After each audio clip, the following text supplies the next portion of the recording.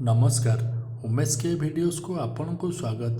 Friends, बिना परीक्षा पास करेंगे 10वीं श्रेणी छात्र छात्री तेबे कौन रही चलतु जाणीने संपूर्ण खबर रे।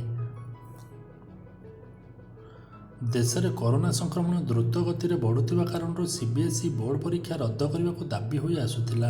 एने एप्रिल 14 तारिख बुधवार प्रधानमंत्री नरेंद्र मोदी और केंद्र शिक्षा मंत्री रमेश पोखरियाल को नहीं एक गुरुत्वपूर्ण बैठक होता। एथिरे सीबीएसई किसी वरिष्ठ अधिकारी सामिल थिले। एही बैठक में सीबीएसई बोर्ड परीक्षा रद्द और द्वादश परीक्षा स्थगित हेबो बोली निष्पत्ति निया जायछि।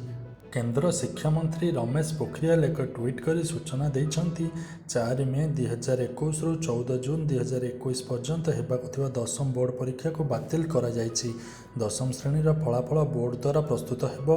एही फलाफल ऑब्जेक्टिव मानदंड तथा इंटरनाल असेसमेंट माध्यम प्रस्तुत हेबो।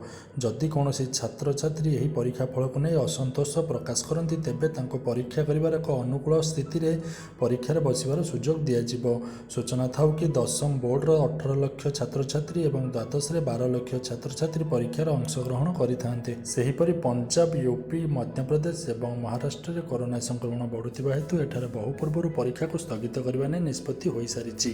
कोरोना संक्रमण नियंत्रणाधीन हेबा परे एही राज्यगुड़िक बोर्ड परीक्षा हेबा नै तारीख घोषणा कराजिबो बोली कुहाଯାଇଛି। एठारे स्कूल और कॉलेज मध्य संपूर्ण बंद रही।